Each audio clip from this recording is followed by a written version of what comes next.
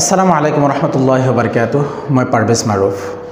আপোনালোকে চাই আছে সফৰ টিভি। সফৰ টিভিৰ বিশেষ অনুষ্ঠান ব্যক্তি আৰু ব্যক্তিত্ব। আজিৰ এই অনুষ্ঠানত আমি আমন্ত্ৰণ কৰি আনিছোঁ এগৰাকী বিশেষ ব্যক্তি। তেখেত হৈছে আমাৰ দেশৰ যিসমূহ সামাজিক সংগঠন আছে, এই সামাজিক সংগঠনসমূহৰ ভিতৰত অন্যতম এটি সংগঠন হৈছে জামাতে ইছলামী হিন্দ। এই জামাতে ইছলামী হিন্দৰ অসম ৰাজ্যিক কমিটিৰ যিগৰাকী প্ৰচাৰ সম্পাদক আছে, তেখেত হৈছে শফিকুল ইছলাম ডাঙৰীয়া। লগতে তেখেত আৰু এটা পৰিচয় হৈছে, তেখেত হৈছে মুজাহিদ কাকত, যি কাকত আজি 40 বছৰ অতিক্ৰম কৰিছে। সেই 40 বছৰ ধৰি অসমৰ এই কাকতখনে সেৱা আগবঢ়াই আহিছে। সেই বাতৰি কাকত, সাপ্তাহিক বাতৰি কাকতখনৰ সম্পাদক শফিকুল ইছলাম ডাঙৰীয়া। আমাৰ এই অনুষ্ঠানত আপোনাক স্বাগতম জনাইছোঁ। আসসালামু আলাইকুম। এই ইছলামিক যিটো সমাজ ব্যৱস্থা আছিলে, মছজিদ কেন্দ্ৰিক যি ইছলামিক সমাজ ব্যৱস্থা হজৰত মহম্মদে আমাৰ যিটো সমাজ দি গৈছিলে, চাহাবাসকলে যিটো সমাজ আমাক দি গৈছিলে, সেই সমাজখন আজিৰ তাৰিখত বজাৰ কেন্দ্ৰিক হৈ পৰিছে। মছজিদৰ পৰা ইছলামক ওলাই অনা হৈছে, মছজিদৰ পৰা মানুহবোৰক ওলাই অনা হৈছে। এতিয়া মানুহবোৰ মছজিদৰ লগত জড়িত হৈ থাকে কেৱল মাত্ৰ নামাজৰ কাৰণে। কিন্তু এটা সময় আছিল তেতিয়া গোটেই সামাজিক বিষয়বস্তুবোৰ আলোচনাৰ জেগাই আছিল মছজিদ। আৰু হজৰত মহম্মদে সেই সমাজখনেই আমাক দি গৈছিলে। কিন্তু আজি দেখা যায় তাৰ বিপৰীত। ইভেন কি কিছুমান অসমৰ কিছুমান মছজিদত এইটো দেখিবলৈ পোৱা গ'ল যে মছজিদৰ পৰিচালনা সমিতি বনোৱাৰ ক্ষেত্ৰত মাৰপিট হোৱাও পৰিলক্ষিত হৈছে আৰু নিৰ্বাচন পাতিবলগীয়া হৈছে। এই যিটো সমাজ, এই সমাজটোক বা এই ব্যৱস্থাটোক আপুনি কেনেধৰণে চায়? সেইটো আপুনি যিটো আলোচনা আনিছে এইটো বাস্তৱ হয় যে এতিয়া মছজিদ বুলি ক'লে মছজিদ এনে অকল নামাজ পঢ়াৰ এটা আনুষ্ঠানিকতা, যে মছজিদ যিটো এটা চেণ্টাৰ হিচাপে আছিল, গোটেই মুছলিম কমিউনিটিৰ এটা চেণ্টাৰ, তো সেই চেণ্টাৰটো এতিয়া অকল নামাজৰ চেণ্টাৰ হৈছে। বাকী আৰু যিমান মানে ইছলামটো এনেকুৱাকৈ মানে উপস্থাপন কৰা হৈছে যে ইছলাম মানে অকল নামাজ, ৰমজান মাহত ৰোজা আৰু দুটা ঈদ, বাকী আৰু গতিকে এইটো এটা পৰ্বৰ নিচিনা হৈছে। কিন্তু ইছলাম আচলতে প্ৰতিটো মুহূৰ্তত ইছলামৰ নীতি নিৰ্দেশনা প্ৰত্যেকজন মানুহৰ ৰাতিপুৱা টোপনিৰ পৰা উঠি মানে বিচনালৈ, নিশা বিচনালৈকে যোৱালৈকে প্ৰতিটো কৰ্মত ইছলামৰ নীতি নিৰ্দেশনা আছে। তো এই কনচেপ্টটো মানুহৰ আমাৰ বহুতৰে ক্লিয়াৰ নহয়, মানে লেক অফ নলেজ, মানে ইছলাম সম্পৰ্কে শুদ্ধ ধাৰণা নথকাৰ কাৰণে এইটো কোনোবাই ইছলাম মানে নামাজ বুজলি ভাবি লৈছে। সেইকাৰণে মছজিদটো নামাজটো মছজিদৰ, কিন্তু মছজিদৰ নামাজৰ পিছতো আপুনি যিটো উত্থাপন কৰিছে বিভিন্ন সমাজৰ যিবিলাক সমস্যা আছে সেইবিলাক মছজিদত আলোচনা কৰিব পাৰে। মছজিদৰ কমিটি আৰু ইমাম মানে কি হয়, সেই সমাজটোৰ মানে লিডিং পাৰ্চন, তেখেতসকলে সমাজৰ যিবিলাক সামাজিক সমস্যা আছে, আজিকালি বিভিন্ন সমাজত সমস্যা আছে। ইছলামত যিবিলাক নিষিদ্ধ যিবিলাক কাম আমাৰ সমাজত হৈ আছে, যেনেকুৱা মদ, জুৱা, ড্ৰাগছ, এইবিলাক যিবিলাক ইছলামত নিষিদ্ধ কৰিছে, এইবিলাক কাম আমাৰ সমাজত হৈ আছে, সেইবিলাক লৈ মছজিদত কেতিয়াও আলোচনা নহয়। ইমাম চাহাবে সেইবিলাক কথা 2-এজন ইমামে ক'ব খুজিলেও কমিটিৰ মানুহে এইবিলাক বাধা নিদিয়ে, কি কয়, ক'বলৈ অনুমতি নিদিয়ে, কাৰণ কমিটিৰ কিছু মানুহৰ এইটো গাত লাগি যায়। গতিকে এই ধৰণৰ গতিকে কমিটিৰ মছজিদত এইবিলাক এই অকল নামাজ কেন্দ্ৰিক মছজিদ হোৱাৰ কাৰণ হ'ল যে যিটো কমিটি, সেই কমিটিটো সংশোধন হ'ব লাগে, ৰিফৰ্ম হ'ব লাগিব। কাৰণ অধিকাংশ কমিটিৰ সভাপতি সম্পাদক এইবিলাক তেওঁলোকে মানে ভাল নাপায়। তেওঁলোকে বিচাৰে যে মছজিদটো অকল নামাজৰ কথা কওক, তাতে সুদৰ কথা ক'ব নালাগে, জুৱাৰ কথা ক'ব নালাগে, মদৰ কথা ক'ব নালাগে, সমাজ সংস্কাৰৰ কথা ক'ব নালাগে। ক'লে আকৌ কৈছোঁ, ক'লে তেওঁলোকৰ সেইটো কাৰণে প্ৰত্যক্ষ পৰোক্ষভাৱে এই কমিটিৰ মানুহ বহুতে জড়িত হৈ আছে। এইটো কথা সঁচা আপুনি কোৱাৰ দৰে যে বাহিৰৰ মছজিদসমূহত এটা বস্তু দেখিবলৈ পোৱা যায় যে মছজিদটো যিমান ধুনীয়াকৈ তেওঁলোকে সজাইছে, টাইলছ লগাইছে, AC লগাইছে, বিভিন্ন সা সুবিধা উপলব্ধ কৰিছে, তাৰ লগতে প্ৰতিটো মছজিদে এখনকৈ লাইব্ৰেৰী আছে, কিতাপ আছে, লাইব্ৰেৰী আছে। কিন্তু আমাৰ এই অসমৰ আমাৰ সমাজবিলাকৰ কিছু মছজিদ এনেকুৱা আছে যি মছজিদে এখন কোৰাণ শ্বৰীফ বিচাৰি পোৱা নাযায়। আৰবিত আছে, এৰাবিকত আছে, বা অনুবাদ কোৰাণ শ্বৰীফ এখন বিচাৰি পোৱা নাযায়, বা বেলেগ ভাষাৰ বিভিন্ন ধৰণৰ কিতাপ পত্ৰসমূহ নাই। গতিকে নিশ্চিতভাৱে এই সচেতনটো অনাৰ প্ৰয়োজন আছে। দল সংগঠনবিলাকে এই ক্ষেত্ৰত গুৰুত্ব দিব লাগিব। এইখিনিতে মই আপুনি যিহেতু বিদেশৰ মছজিদৰ কথা কৈছে, যে বিদেশৰ মানুহবিলাকে ইছলাম তেওঁলোকে বুজি পঢ়ি শুনি ইছলামৰ ধৰ্ম প্ৰেক্টিছ কৰি আছে, পালন কৰি আছে। আমি যিসকল আছোঁ, আমাৰ এই ভাৰত, বাংলাদেশ, পাকিস্তানৰ অধিকাংশ মানুহবিলাকে আমি এই ইছলামটো বাই বাৰ্থ হিচাপে লৈছোঁ। আমি বহুত মুছলমান আজিৰ দিনত আপুনি ছাৰ্ভে কৰক, মানে অধিকাংশ মুছলমান কোৰাণৰ লগত সম্পৰ্ক নাই, কোৰাণৰ মানে যিটো আহ্বান যিটো মেছেজ তেওঁলোকে নাজানে, নবী কৰিম সাল্লাল্লাহু আলাইহি ওয়াসাল্লামৰ জীৱনাদৰ্শৰ লগত সম্পৰ্ক নাই, ইছলামী ইতিহাসৰ লগত সম্পৰ্ক নাই। গতিকে কোৰাণ হাদিছৰ জ্ঞান অবিহনে ইছলাম ধৰ্ম যেতিয়া পালন কৰিবলৈ যাব, তেওঁলোকে দেখিছে যে নামাজ, তেওঁলোকে দেখিছে ৰোজা, তেওঁলোকে দেখিছে অকল হজ, গতিকে আনুষ্ঠানিকতা এইখিনি বজাই ৰাখিছে। সেইকাৰণে আজি এই সমস্যাটো দেখা গৈছে। প্ৰথমতে কৈছে যে ইছলাম এটা কমপ্লিট এটা জীৱন ব্যৱস্থাৰ নাম হৈছে ইছলাম। তো বেলেগ ধৰ্ম আৰু আমাৰ ধৰ্মৰ ভিতৰত এটা পাৰ্থক্য হৈছে কি, আমাৰ ধৰ্মৰ ভিতৰত অৰ্থনীতিৰ কথা কয় আৰু ৰাজনীতিৰ কথা কয়, বাকী ধৰ্মবিলাকত কিন্তু অৰ্থনীতি আৰু ৰাজনীতিৰ কথা আলোচনা নহয়। গতিকে এইখিনি এটা কথা ক'ব বিচাৰিম যে শেহতীয়াভাৱে আমাৰ দেশত লোকসভা নিৰ্বাচন অনুষ্ঠিত হৈ গ'ল আৰু অসমতো লোকসভা নিৰ্বাচন অনুষ্ঠিত হ'ল। কিন্তু দেখিবলৈ গৈছে এটা ৰাজনৈতিক দল, যিটো দলটো 2005 চনত জন্মগ্ৰহণ কৰিছিল আৰু সংখ্যালঘু মুছলমান, বিশেষকৈ সংখ্যালঘু মুছলমানসকলৰ স্বাধিকাৰৰ কথা, অধিকাৰৰ কথা কৈ, তেওঁলোকৰ অধিকাৰৰ ৰাইটছৰ কথা কৈ দলটো জন্মগ্ৰহণ কৰিছিল। কিন্তু শেহতীয়া যি নিৰ্বাচনত দেখিবলৈ পোৱা গ'ল, AUDF দলটোৰ পৰা যি 3টা সমষ্টি তেওঁলোকে প্ৰতিনিধিত্ব কৰিছিল, সেই 3টা সমষ্টিতেই তেওঁলোকক ৰাইজে প্ৰত্যাখ্যান কৰা পৰিলক্ষিত হৈছে। ইয়াৰ কাৰণ কি বুলি ভাবে আপুনি?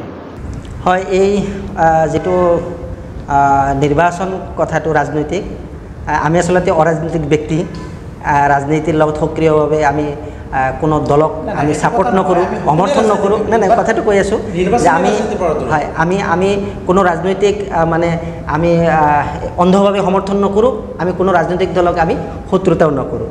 আৰু ৰাজনৈতিক দল গঠন হৈছে তেওঁলোকে জনতাৰ হৈ কাম কৰিব লাগে। শেহতীয়া যিটো নিৰ্বাচন হ'ল লোকসভাত যিটো ফলাফল হৈছে, এই ফলাফলটো সম্পূৰ্ণৰূপে শাসক আৰু বিৰোধী পক্ষক এটা সতৰ্কবাণী বুলি আমি ধৰিব লাগিব। ভাৰতবৰ্ষৰ জনতাই দুয়োটা পক্ষকে শাসক হওক, NDA আৰু ইণ্ডিয়া, দুয়োটা পক্ষকে এটা সতৰ্কবাণী দিছে যে আপোনালোকে জনতাৰ হৈ কাম কৰক, নহ'লে কিন্তু 400 যিটো আশা কৰিছিল 240 লৈ আহিছে। আৰু বিৰোধীকো তেওঁলোকক এটা সুযোগ দিছে যে আপোনালোকে ভাল কাম কৰক, জনতাৰ হৈ মাত মাতক, আপোনালোক আমি আছোঁ। গতিকে এইটো এটা শিক্ষা বুলি ল'ব লাগিব। ৰাষ্ট্ৰীয় পৰ্যায়ত আমি ইণ্ডিয়াৰ মাজত আৰু এটা শক্তি ইফালেও নহয়, যে অসমৰ যিটো বিশেষকৈ AUDFৰ কথা কৈ আছে আপুনি, AUDF দলটোৰ এটা আচলতে জন্মৰ সময়ত আমি জন্মৰ ইতিহাসটো জানো, কাৰণ যিদিনা জন্ম হৈছিল সেইদিনা সেই হলত মই আছিলোঁ। সেই হলত মই আছিলোঁ 2005 চনৰ 13 অক্টোবৰত, সেইদিনা সন্মুখত মই বহি আছিলোঁ। কেনেকৈ ইয়াৰ আগৰ যিবিলাক মিটিং হৈছিল, সেই মিটিংবিলাকো আমি যিহেতু বিভিন্ন সামাজিক দল সংগঠনে মিলি এইটো ৰাজনৈতিক দল হিচাপে প্ৰতিষ্ঠিত কৰা নাছিল, এটা আদৰ্শ এটা দল গঠন কৰিছিল, যে অসমৰ ৰাজনীতিত এটা মূল্যবোধ সম্পন্ন এটা আদৰ্শ ৰাজনৈতিক দল, যি ৰাজনৈতিক দলে কোনো মানে এটা নিৰ্দিষ্ট এটা কমিউনিটিৰ কাৰণে কাম নকৰিব, অসমৰ নিষ্পেষিত, বঞ্চিত, লাঞ্ছিত জনতাৰ হৈ এই প্ৰাপ্য অধিকাৰৰ হকে AUDFে কাম কৰিব। আৰু তাৰ কাৰণে এই দলটো গঠন কৰা হৈছিল। হয়তো বহুতে কৈ থাকে যে মানে এই দলটো মুছলমানৰ দল, এই দলটো পাৰ্টিকুলাৰ এটা কমিউনিটিৰ দল। এইটো সম্পূৰ্ণ মানে যিটো প্ৰেক্ষাপট, সেইটো সম্পূৰ্ণ ভুল। এটা আদৰ্শ হয়, যিহেতু অসমত মাইনৰিটি মুছলমানসকল আটাইতকৈ বিভিন্ন অধিকাৰৰ পৰা নিৰ্যাতিত, বঞ্চিত, মানে এইটোৰ কাৰণে মাত মাতিছে, কিন্তু সেইবোৰ এইটো নহয় অকল এই কমিউনিটিৰ কাৰণে মানে এই দলটো জন্ম হৈছিল। হয়, কিন্তু বিপৰ্যয়টো হ'ল কি, সেই দলটো গঠনৰ যিটো লক্ষ্য উদ্দেশ্য আছিল, সেই লক্ষ্য উদ্দেশ্যৰ পৰা দলটো আঁতৰি গ'ল। কাৰণ দলটো গঠনৰ সময়ত কেইবাটাও প্ৰায় 13টা দল মানে সংখ্যালঘু মানে সামাজিক দল সংগঠনে, সমন্বয়ৰক্ষী সমিতিয়ে এই দলটোক ছাপোৰ্ট কৰিছিল। অসমৰ শদিয়াৰ পৰা একেবাৰে ধুবুৰীলৈ দলটোৱে ঘূৰিছিল, বিভিন্ন মানুহৰ আস্থা লৈছিল। কিন্তু দলটো প্ৰথম নিৰ্বাচনৰ পিছতে এই যিমানকেইটা দল, জামাত ইছলামী হিন্দ আছিল, জামাত ইছলামী হিন্দ ৰাজ্যিক, জমিয়ত উলামা হিন্দ, নদত তামিল, এনেকুৱা আৰু বিভিন্ন যিবিলাক মানে আমছু, বিশেষকৈ ধৰ্মীয় সংগঠনৰ মতে 3টা সংগঠনেৰ লিডিং নেতৃত্বত আছিল, আৰু বিভিন্ন 13টা দল সংগঠনে মিলিতভাৱে বদৰুদ্দিন আজমল সাহাবক সভাপতি পাতি এই আদৰ্শ মূল্যবোধ সম্পন্ন ৰাজনীতি কৰাৰ কাৰণে আগুৱাই দিছিল। কিন্তু সেই লক্ষ্য উদ্দেশ্যৰ পৰা এই দলটো প্ৰথম নিৰ্বাচনত কেইবাটাও বিধায়ক হৈ গ'ল। মোৰ মনত বোধহয় 11জন বিধায়ক প্ৰথম নিৰ্বাচনত আহিছিল। তাৰপিছত তেওঁলোকে ক্ষমতা পায়, এই যেনেকৈ প্ৰচলিত যিবিলাক ৰাজনৈতিক দল আছে সেই দলৰ নিচিনাকৈ তেওঁলোকে কাম কৰা আৰম্ভ কৰিলে। নিৰ্বাচনত যেতিয়া কেণ্ডিডেট প্ৰাৰ্থী নিৰ্বাচন কৰিব, বেলেগ ৰাজনৈতিক দলবিলাকে যিবিলাক পলিচি এক্টিয়াৰ কৰে, ইউডিএফেও সেইটো কৰিলে। মানুহৰ লগত কোনো এই যিবিলাক বাকী যিবিলাক দল সংগঠনৰ নেতৃত্ব আছে তেওঁলোকৰ লগত পৰামৰ্শ সেইটো নোহোৱা হ'ল। বদৰুদ্দিন আজমল চাহাব তেওঁ অসমৰ যিবিলাক সচেতন মাইনৰিটিৰ বুদ্ধিজীৱী বা তেওঁলোকৰ লগত পৰামৰ্শ নোহোৱা হ'ল, পৰামৰ্শ দিলেও তেওঁ নলয়। সেইকাৰণে বাকী জামাতে ইছলামী হিন্দৰ ৰাজ্যিক নেতৃত্ব গুচি গ'ল, নদত তামিৰ গুচি গ'ল, থাকিল অকল বদৰুদ্দিন আজমল আৰু বদৰুদ্দিন আজমল নেতৃত্বাধীন জমিয়ত আৰু এটা আনফৰ গোট সেইটো নাই। গতিকে তেওঁলোকে ইউডিএফ আৰু জমিয়ত মাহমুদ মাদানী গোট, বদৰুদ্দিন আজমল নেতৃত্বাধীন গোট একাকাৰ হৈ আজমল ফাউণ্ডেশ্যন, মাৰ্কাজুল মাৰিফ একেলগে হৈ সংগঠন চলাই থাকিল। শেষত গৈ গৈ এনেকুৱা হৈ গ'ল যে ইউডিএফ মানেই আজমল জমিয়ত মানেই ইউডিএফ। আৰু ভাল মানুহ গুচি গ'ল, কিন্তু আজমল চাহাবৰ অনুশোচনা নহ'ল। আৰু এইবাৰো নিৰ্বাচনৰ আগত তেওঁ যিবোৰ কথা কৈছে, এইবিলাক অকল মই নহয়, অসমৰ সচেতন মানে শিক্ষিত মানুহ মানেই তেওঁৰ এই কথাবিলাক ভাল পোৱা নাছিল। বহুদিনৰ পৰা শিক্ষিত মানুহে তেওঁক পৰামৰ্শ দি আছে, আজমল চাহাব আপুনি এটা সাংসদ, আপুনি এটা দলৰ মুৰব্বী হয়, আপুনি এজন মৌলানা মানুহ হয়, আপোনাৰ যথেষ্ট অসমত সামাজিক কাম কৰি আছে, শিক্ষাৰ ক্ষেত্ৰত বহুত কাম কৰি আছে, সামাজিক বহুত ক্ষেত্ৰত কাম কৰি আছে, আপোনাৰ যথেষ্ট অৱদান আছে। কিন্তু গতিকে আপুনি এই ধৰণৰ কথা আপুনি নক'ব। বেলেগ ৰাজনৈতিক মানে কোনোবা ব্যক্তিয়ে ক'ব পাৰে, তেওঁৰ পজিশ্যনটো আৰু আপোনাৰ পজিশ্যনটো সম্পূৰ্ণ বিপৰীত। কিন্তু তেওঁ এই সাধাৰণ এটা ৰাজনৈতিক নেতাৰ দৰে তেওঁ কিছুমান কথা এনেকৈ কৈ দিলে, কোৱাৰ পিছত আজি সাধাৰণ পাব্লিক, ধুবুৰীৰ মানুহে কয় ধুবুৰীৰ মানুহ অশিক্ষিত, ধুবুৰীৰ মানুহ এই অশিক্ষিত মানুহবিলাকে কি কাম কৰিলে? মানুহে পৰাজয় হয়, কিন্তু ইমান বেয়াকৈ পৰাজয়। গতিকে এইটো আজমল চাহাবে কেনেদৰে ভাবিছে আৰু আত্মসমালোচনা কৰা তেওঁলোক দৰকাৰ আছে। যোৱা 2-3 দিন আগত তেওঁলোকে বহিছিল, আমি সংবাদ মাধ্যমত পাইছোঁ যে তেওঁলোকে দলৰ বিপৰ্যয়ৰ পৰ্যালোচনা কৰিছে। কিন্তু তাতেও আমি দেখা পালোঁ বিপৰ্যয়ৰ কাৰণে সভাপতি সম্পাদক দায়ী নহয়, বাকী চব তলৰ দলীয় যিবিলাক নেতৃত্ব সকলোকে সাল সলনি কৰিব সভাপতি আৰু সম্পাদক, মানে আজমল চাহাব আৰু বছিৰ কাছিম চাহাব, তেওঁলোকে ঠিক থাকিব, মানে তেওঁলোকৰ কোনো ভুল নাই। এইটো চৰ্চা হৈ আছে এতিয়া। এইটো আত্মসমালোচনা কেনেকৈ ক'ব? নিশ্চিতভাৱে এয়া তেওঁলোকৰ বিচাৰ্য বিষয়। আৰু উত্তৰ প্ৰদেশৰ বিপৰ্যয় হৈছে বিজেপিৰ, তাৰ ৰাজ্যিক সভাপতি পদত্যাগ কৰিছে, ইমান শক্তিশালী। আমাৰ ইয়াতো পদত্যাগ কৰিছে, এই দলটোৰ সাধাৰণ সম্পাদক পদত্যাগ কৰিছে।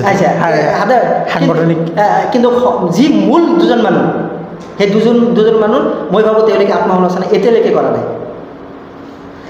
নিশ্চিতভাৱে এয়া ৰাইজে চাই আছে। যিহেতু ৰাজনৈতিক বিষয়, দলটো তেওঁলোকে নেতৃত্ব দি আছে। আমি আশা কৰোঁ ৰাইজৰ যি সমালোচনা, ৰাইজৰ যি আশা, সেই আশাৰ ওপৰত তেওঁলোকে গুৰুত্ব সহকাৰে লৈ আগবাঢ়িব। ব্যস্ততাৰ মাজত আপুনি ইমানখিনি সময় দিলে তাৰ বাবে আপোনাক ধন্যবাদ। আপোনাকো এইখিনি মোৰ দৰে এটা সৰু মানুহক আপুনি আপোনাৰ সফৰ টিভিলৈ মাতি আনি 2 এষাৰ কোৱাৰ সুযোগ দিলে, তাৰ কাৰণে আপোনাক ধন্যবাদ জনাইছোঁ। আল্লামা ইকবালে তেখেতৰ এটা কবিতাত কৈছে, সেই ইকবালৰ সেই কবিতাৰে এই অনুষ্ঠানটো সামৰণি মাৰিব বিচাৰিছোঁ। সবক ফিৰ পৰ সদাকত কা, শুজাআত কা, আদালত কা, লিয়া যায়গে কাম তুঝছে দুনিয়া কি ইমামত কা। ইমান সময় আমাৰ সৈতে সংযুক্ত থকাৰ বাবে ধন্যবাদ।